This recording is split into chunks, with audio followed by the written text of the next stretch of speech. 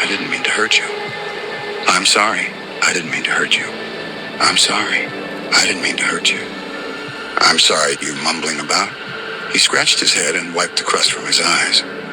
If you hadn't taken her in, she'd definitely be dead by now. You've done everything you can. Let's just head back to camp. Hopefully she's there waiting for us. Farouk picked up a rock that was lying beside him and threw it at Georgie. Nap time's over, Pinky Winky. Georgie held his knee and gathered himself to his feet. Good morning, Isaac, he said with a pained smile. Isaac tried to fix his face. He didn't want Georgie to see him this way. Good morning, Georgie. How'd you sleep? Georgie scratched his head and looked at the ground. I dreamt about Mama again. I know she's still out there somewhere. I just know it. Isaac wrestled his fingers through Georgie's hair. I'm sure she is, little buddy. I'm sure she is. Let's get ready to head back to camp, okay? Your sister's probably waiting for us.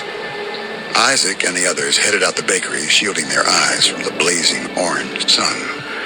Looks like it's going to be another hot one, Farouk said as he looked at a little boy stretched out naked on the ground. Isaac took out a red cloth that was in his knit bag and wrapped it around Georgie's head. Wouldn't want you to get heat stroke. Farouk glanced over at Isaac and shook his head. You know he'll never learn like that. Isaac turned his head towards Farouk. Like what? Like that, Farouk said as he pointed at Georgie's head. You're not going to be around forever. If he's going to survive out here, he's going to have to deal with the bullshit just like us. You baby him too much. Isaac grabbed Farouk around the back of his neck. You mean like I babied you when we first met? You know that's fucking different, Farouk said as he looked away, trying to hide his embarrassment. If you're jealous, you can just say so, little buddy. Hey, cut that shit out, Farouk said, removing Isaac's hand from his neck. I didn't need you to baby me back then, and I'm sure as hell not jealous of fucktardio over there. I just don't want anyone taking advantage of him, Farouk said quietly as he looked at his feet. Isaac looked at Farouk with a look of concern. I understand. You know you don't have to worry about that anymore. Who said I was worried? Farouk said, trying to look tough. Georgie picked up a penny from the ground. Look, guys, I found a peony. Farouk grabbed the coin from Georgie's hand and chucked it into the sewer drain. Why you do that, Farouk? Georgie cried out. It's monies, he said. Farouk put his hands on Georgie's shoulders and turned him towards himself. One, it's pronounced penny. Two, that's old world money. What the fuck do you think we're gonna do with that? I know we can't use it. I just wanted it for good luck, Georgie said. There's no such thing as luck, man. If there was, we wouldn't be sweating our asses off in this hot shit. We'd be underground somewhere in the nice cool breeze. Farouk shoved Georgie. Wake up to reality. If you don't, you're gonna end up dead, just like your mom. At this, Georgie screamed out and flailed his fists at Farouk. Take that back! Mom's not dead. She can't be. Farouk pushed Georgie and slapped him on the ground. As Farouk held him down, Georgie bit him and kneed him in the groin. You little shit, Farouk yelled as he held his private parts in pain. That bitch is long gone, Pinky. I'm sure she offed herself to get away from you for good. Georgie Bum rushed Farouk and screamed, My mom's not dead! She's not dead! I hate you! Isaac grabbed Georgie off of Farouk and separated them as Farouk smiled and slapped Georgie on the head. That's more like it. If I knew all it took to get your little ass in gear was to talk about poor old mommy, I'd have done it a long time ago. Isaac held Georgie as he cried in his arms. You took it too far, man. I let you get away with a lot of shit, but you gotta cut that out. He's only a kid. Look around you, Isaac. We're all fucking kids. The only difference is, you're not letting him grow up. Isaac looked at Georgie, then back at Farouk, shaking his head. He's not like us, Farouk. Can't you see that? If there was ever a bit of good left in this world, you would find it in him. I wasn't there when you went through your trauma, but it changed you. Same for Anna. You two were affected in a huge way, and over time I saw how it molded you, how it warped your minds. Even I had to adjust how I carried myself through this world. But this boy still holds on to his purity. his kindness. Isaac looked back at Georgie and wiped his eyes. In a world like this, to find that's a rarity. It's worth protecting even though it might seem impossible to do. Farouk smacked his lips and turned away. Let's just focus on finding Anne. If I gotta deal with this every day, I don't want to be the odd man out. She definitely sees what I see. And what is that? Isaac asked, looking irritated. He's not gonna last out here. You of all people should know that. Isaac looked down at the ground and put his hand on Georgie's shoulder. Come on, Georgie. Farouk rolled his eyes. Like I said, they continued to walk down 10th Street.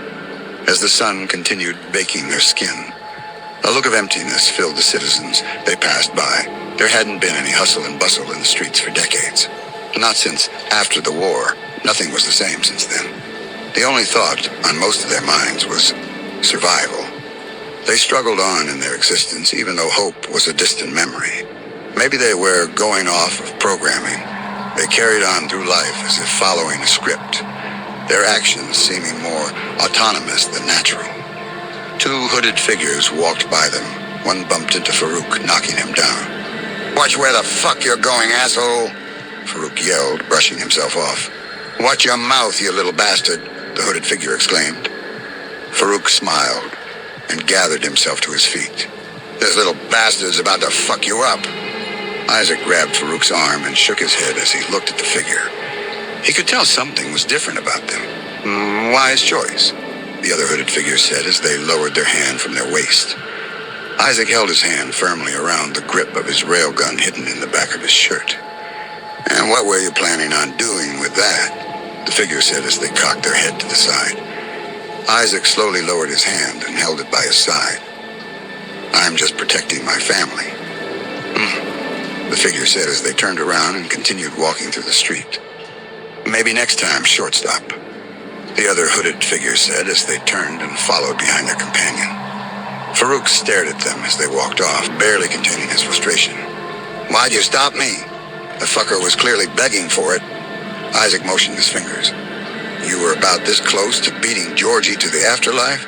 You can't go all half-cocked all the time. They were clearly looking for an excuse to put you down. Whatever, man, Farouk said as he continued walking towards camp.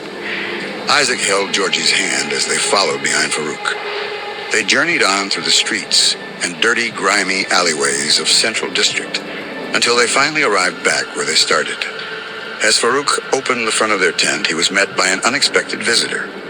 What the fuck are you doing here? Isaac hurriedly snatched open the tent to see an old man sitting on the ground preparing a kettle of rice under a fire. Elias! Isaac yelled as he rushed over and hugged the man. Is that any way to greet your host? Elias asked, carefully stirring the kettle of rice. Isaac slapped Farouk on the back of the head, giving him a look of disappointment. I didn't know you would be back so soon from your trip, Isaac said, still looking surprised. Trip got cut short, said Elias as he opened up the side of his cloak, revealing his shriveled arm. You used true force again? Said Isaac, staring at Elias' arm. Demon didn't really give me an option. Elias looked behind Isaac. Where's the girl? Isaac tried his best to hide his true emotions, but Elias saw right through him. Your past caught up with you again, I see, said Elias as he stood to his feet. I told you before, if you don't face your demons, you'll be consumed by them. Isaac looked down in shame. I hear talks around camp that a group of night watchers slaughtered a group of men in the street. There were also talks of one of them using a railgun. If I had known any better, I'd say those demons already got the best of you. Isaac looked up at Elias. They threatened Anna, and I lost control. All those years I spent teaching you the righteous path, and you still succumbed to your darkness. Is there no self-restraint left within you? Farouk stepped away from Georgie and faced Elias. Hey, you weren't there, old man. You got no room to judge him.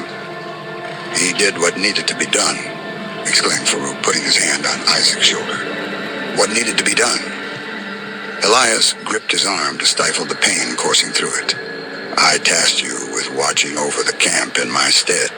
I taught you to be a leader of men, to be a peacemaker, a young shepherd to a flock that's lost its way. Little did I know I was tending to the black sheep instead. Elias stepped forward and looked into Isaac's eyes. I am not long for this world. I have given you all the tools to make a difference. Your mind, body, and soul have I sculpted from muddy clay to shape out something of worth and of dignity, and yet imperfections still remain. Though the world may be wicked, you should not conform to the world, but be a positive light in the shadows. Elias put his hand on Isaac's chest. Deep within you lies a heart of gold, boy. Let your treasure shine and be a gift to share with those who have all but given up hope. Every soul has its worth. The men that you killed, though flawed, had a purpose within our ecosystem. Some people are hammers and some people are nails. Everyone wants to be a hammer, tearing down the world and beating it down to conform to their own ideals. But it's the nails that hold things together, the ones that bind people close and form close relationships and bonds.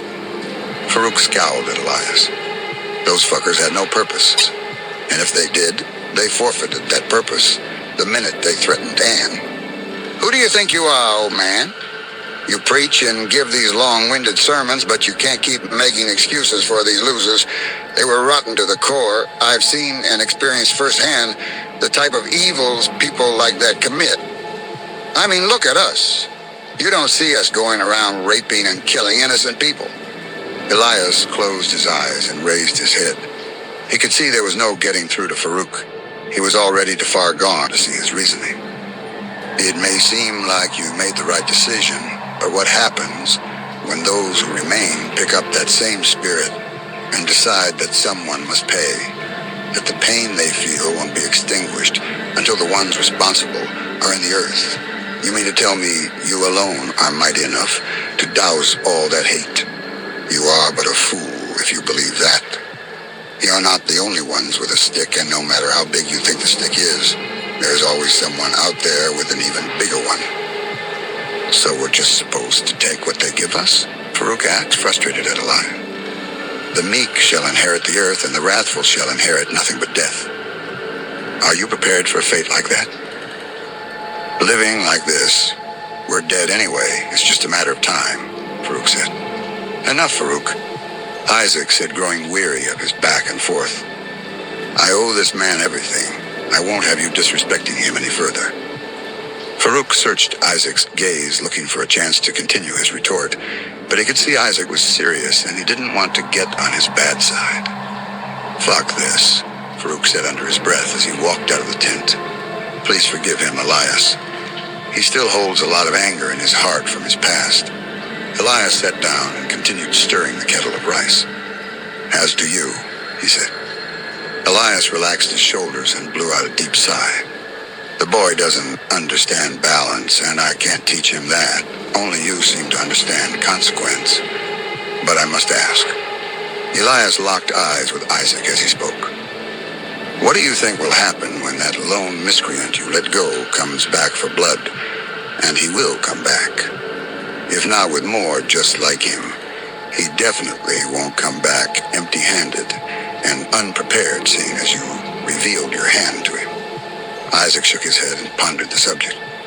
I truly didn't think. Exactly, you didn't think, Elias said, cutting off Isaac. You have to measure all the outcomes, weigh all the consequences, son. That is what I'm trying to teach you. He stared at his withered arm in contemplation. Don't be like me, be better. If you limit yourself to just imitating me, a long path of regret awaits you. I don't want that for you, Elias said as he opened up a pouch, tied around his waist, and pulled out a white-flowered plant. What is that? Isaac asked curiously, staring at the strange-looking herb. Elias plucked the flowers from their stems and crushed them in a pestle. He stared at Isaac as if he were searching for some bit of common ground. It's called valerian. Valerian, Isaac repeated, as if committing the term to memory. It's an herb from ancient times used to calm nerves and ease tension. Elias emptied the crushed flour into the rice and began stirring the pot again. Do you trust me? Elias asked. With all my being, quipped Isaac. There is a long road ahead for you, Isaac. There will come a time where you question everything you believe in. I implore you to remember this trust, and know some things in life must come to pass for the greater purpose. The greater purpose? Isaac was filled with confusion at the statement. What greater purpose is there but surviving? He asked. If you could go back in time and erase the moment when this evil world system was introduced, would you do it? In a heartbeat, said Isaac without second thought. Would you kill the ones responsible in retribution for all who have suffered? I would kill anyone responsible. That is the only right thing to do. And if that person was someone close to you? Isaac stared at Elias as he spoke. No one that I align myself with is that black, evil, sinful, and unredeemable as that. And if they were? What if it were Farouk or Georgie? What about Anna? If it would erase this evil system, I would sacrifice my sanity and do what must be done. And if it were me? Isaac scratched his head. He couldn't fathom answering the question. What was Elias getting at, he thought. You are the one person I know that would never do something so wicked.